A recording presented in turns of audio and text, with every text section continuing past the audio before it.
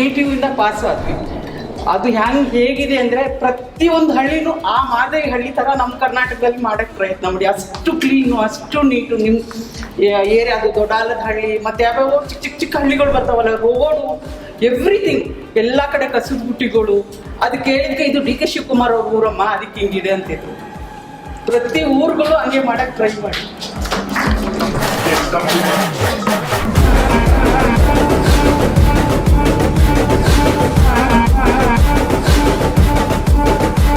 $140 ಕೋಟಿ ಪಾಪ್ಯುಲೇಷನ್ ಏನಿದೆ, ಅಷ್ಟು ಜನ ಟ್ಯಾಕ್ಸ್ ಅನ್ನ ಇವತ್ತು GST ಮುಖಾಂತರ ಕಟ್ತಾ ಇದ್ದಾರೆ.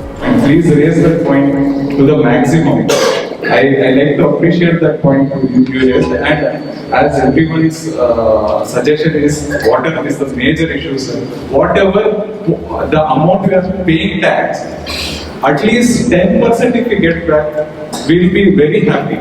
That's the very basic need actually. GST council ಏನಿದೆ ನಿಮ್ಗೆಲ್ಲ ಗೊತ್ತಿಲ್ಲ ಇರೋದೇನಿಲ್ಲ. GST ಕೌನ್ಸಿಲ್ ಅಲ್ಲಿ ಏನ್ ಡಿಸೈಡ್ ಆಗುತ್ತೆ ಅಲ್ಲಿಗೆ ಮುಗಿಯುತ್ತೆ. ನಮ್ಮ ರೆಪ್ರೆಸೆಂಟೇಷನ್ ಏನಾದ್ರು ಇದೇ ನರೇಂದ್ರ ಮೋದಿ ಅವರು ನಿಮ್ದು ಗೂಗಲ್ ಅಲ್ಲಿ ಹೋಗ್ಬಿಟ್ಟು ನೀವು ಸರ್ಚ್ ಮಾಡಿ, ಗ್ಯಾಸ್ ಸಿಲಿಂಡರ್ ಬೆಲೆ $450, $425 ಇದ್ದಾಗ ಏನ್ ಸ್ಟೇಟ್ಮೆಂಟ್ ಮಾಡಿದ್ದಾರೆ ಅಂತ ನಿಮ್ ತಲೆ ನೋಡಿ. ದೊಡ್ಡವ್ರನ್ನ ಬಿಟ್ಬಿಡಿ, ನನ್ನ ನೆನ್ಕೊಳ್ಳಿ.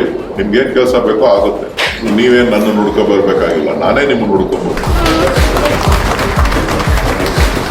ಇನ್ನೊಂದು ಗುಡ್ ನ್ಯೂಸ್ ಏನ್ ಹೇಳ್ತೀನಿ ಅಂತಂದ್ರೆ, ಆ ರೋಡ್ಗೆ ಮೆಟ್ರೋ ತರಬೇಕು, ಆ ರೋಡ್ ಅಂತ ಪ್ರಪೋಸಲ್ ಕೊಟ್ಟಿದ್ದೀನಿ. DPR ನಡೀತಾ ಇದೆ.